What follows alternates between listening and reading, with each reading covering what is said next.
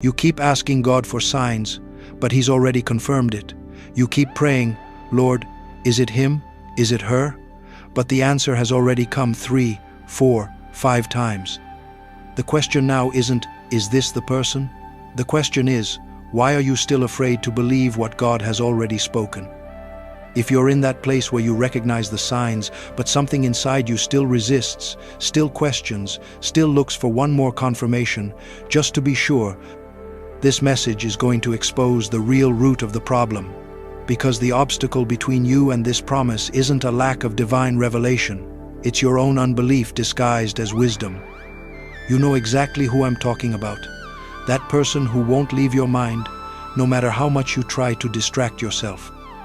The one who shows up in your dreams with a frequency that can't be coincidence.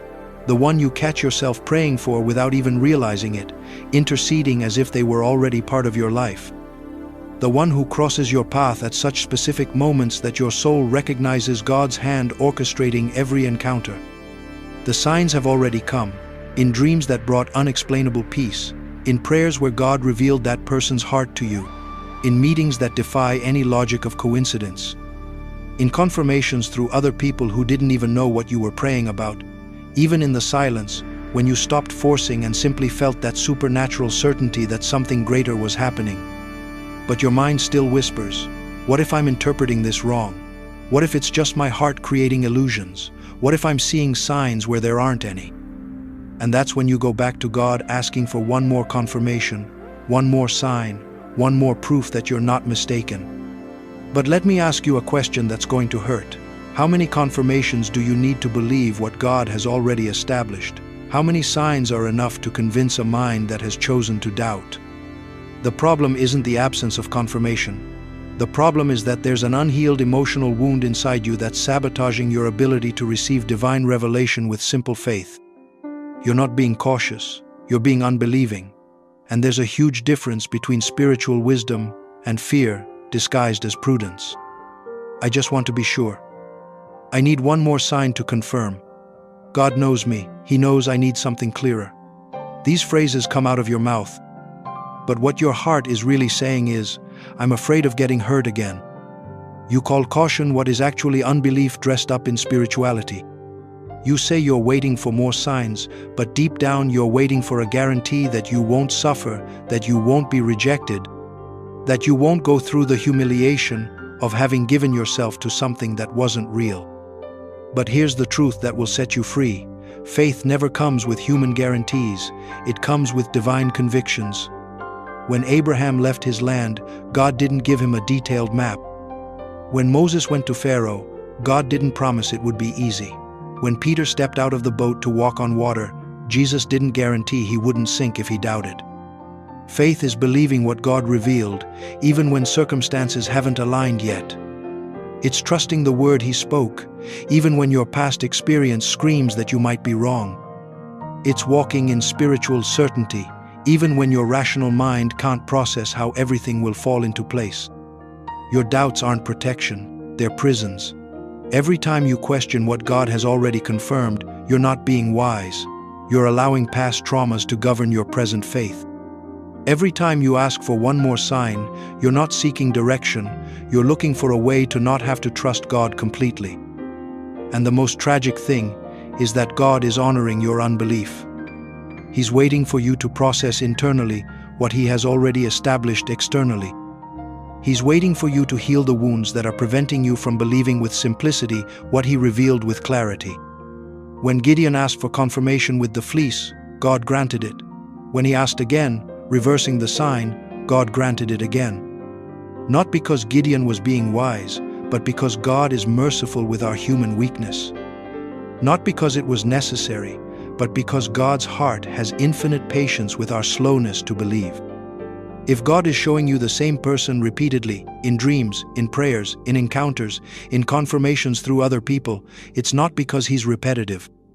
It's because He's patient with your resistance to accept what He has already decided. He doesn't need to prove anything more. But He loves you enough to keep confirming until your heart is ready to trust without reservations. Each new sign you receive isn't God changing His mind or testing you. It's God saying, I know you're afraid. I know you've been hurt before, so I'll keep speaking until you have the courage to believe. God speaks by grace, but your refusal to believe is already delaying what He wants to release.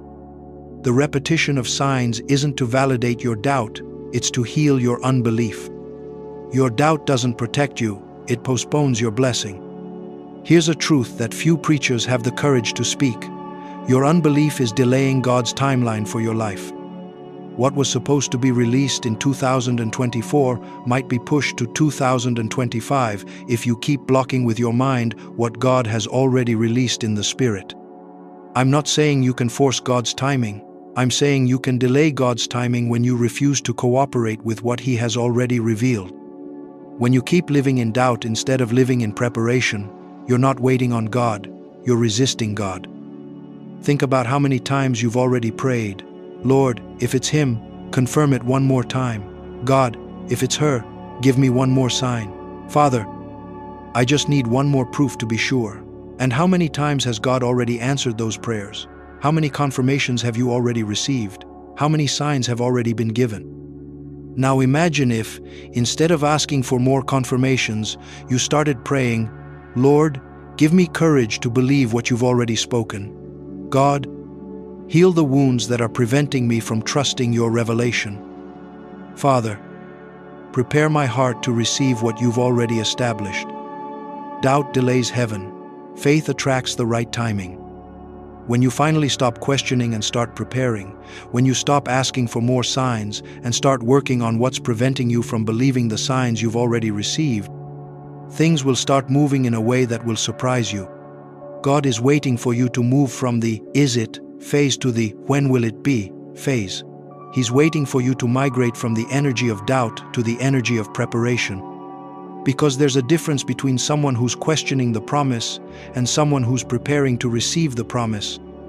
This feeling that connects you to this specific person isn't obsession, it's prophetic connection. It's not emotional neediness, it's divine alignment.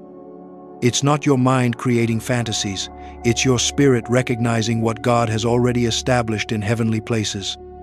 You feel different when you think about this person, don't you? There's an unexplainable peace, even in uncertainty. There's a transcendent purpose, even without clear definitions. There's a supernatural certainty that your mind can't process, but your spirit can't deny. You know what touches me most about this journey we're sharing? It's realizing how many people carry this same pain, the fear of believing in love again, of opening up to receive what God has already confirmed. As I was talking about these emotional wounds that sabotage our faith, my heart filled with compassion for everyone listening to this right now. That's why I prepared something very special for you, a complete guide called How to Attract and Recognize True Love. In it, you'll find a gentle and loving path to heal those wounds that are preventing you from trusting divine confirmations. It's a gift I made with all my heart, thinking of every wounded heart that needs to learn to believe again.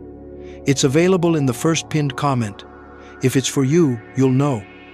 This happens because when God ordains a union, He first creates the spiritual connection. He plants the revelation in the heart before manifesting the situation in reality. He makes you meet in the spirit before you meet in the flesh. And this connection is so real, so deep, so specific, that your soul recognizes something your mind hasn't fully understood yet. But here's what's sabotaging everything. You're allowing past wounds to interpret present revelations. Rejection experiences are filtering divine confirmations. Traumas from previous relationships are distorting supernatural signs. Fears of abandonment are creating resistance to what God wants to release. And that's why your inner healing is so crucial in this process. It's not just about recognizing the right person. It's about you being emotionally, spiritually, and psychologically prepared to receive the love that God ordained for your life. It's about you being healed enough not to sabotage the blessing when it arrives. God isn't going to bring someone into your life so you can project your insecurities onto that person. He's not going to connect you with your divine purpose so you can destroy everything with your unhealed wounds. He's going to work on you first, prepare you, heal you, so that when the manifestation arrives, you're ready to honor and protect what He established.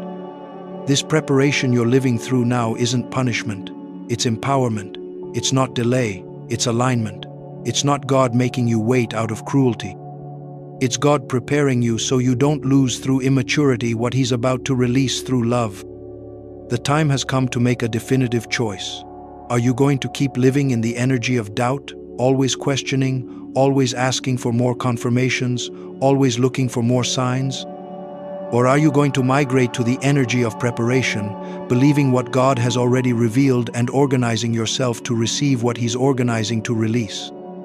Because while you're doubting, God is organizing. While you're questioning, He's aligning circumstances. While you're asking for more signs, He's preparing the scenario for the manifestation of what has already been established. But He needs you to cooperate. He needs you to move from the position of questioning to the position of preparation. He needs you to stop spending energy doubting and start investing energy developing yourself. Because the person God confirmed for you doesn't deserve to receive a version of you full of doubts, fears, and unresolved insecurities. I can feel that many of you are recognizing this need for internal change in your hearts right now. If you're ready to stop sabotaging God's blessings with unhealed wounds, know that I've prepared a complete guide on how to transform this pain into self-love and be truly prepared for the love God is organizing. It's a sincere gift for those willing to take this healing journey. You'll find it in the first pinned comment, and your heart already knows if it's time to take this step.